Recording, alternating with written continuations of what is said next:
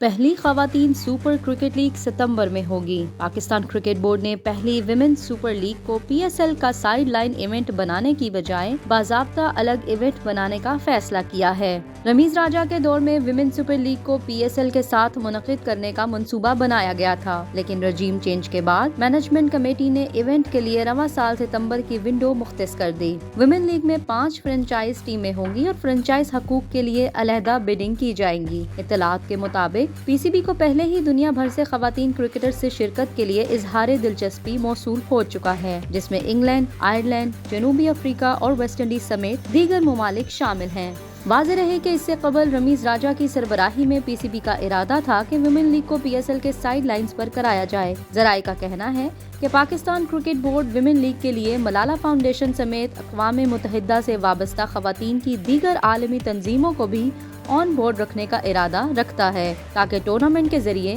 پاکستان کا مثبت امیج اجاگر کیا جا سکے اور اس طرح لیگ پر آنے والے اخراجات کو بھی کم کیا جا سکے۔ پاکستان کی خواتین کرکٹرز اس سے قبل آسٹریلیا میں ہونے والی ویمن بگ بیش سمیت دیگر لیگز میں حصہ لے چکی ہیں، لیکن اب انہیں پہلی مرتبہ اپنے ملک میں ہونے والی لیگ میں شرکت کا موقع ملے گا۔ پاکستان کی 2 خواتین کرکٹرز ندا ڈار اور سدرا امین نے حال ہی میں آئی سی سی ایوارڈ جیت کر اپنی صلاحیتوں کا لوہا منوایا ہے، جس کے بعد ویمن سپر لیگ بھی پی ایس ایل کی طرح ایک انٹرنیشنل برانڈ کے طور پر سامنے آئے گی۔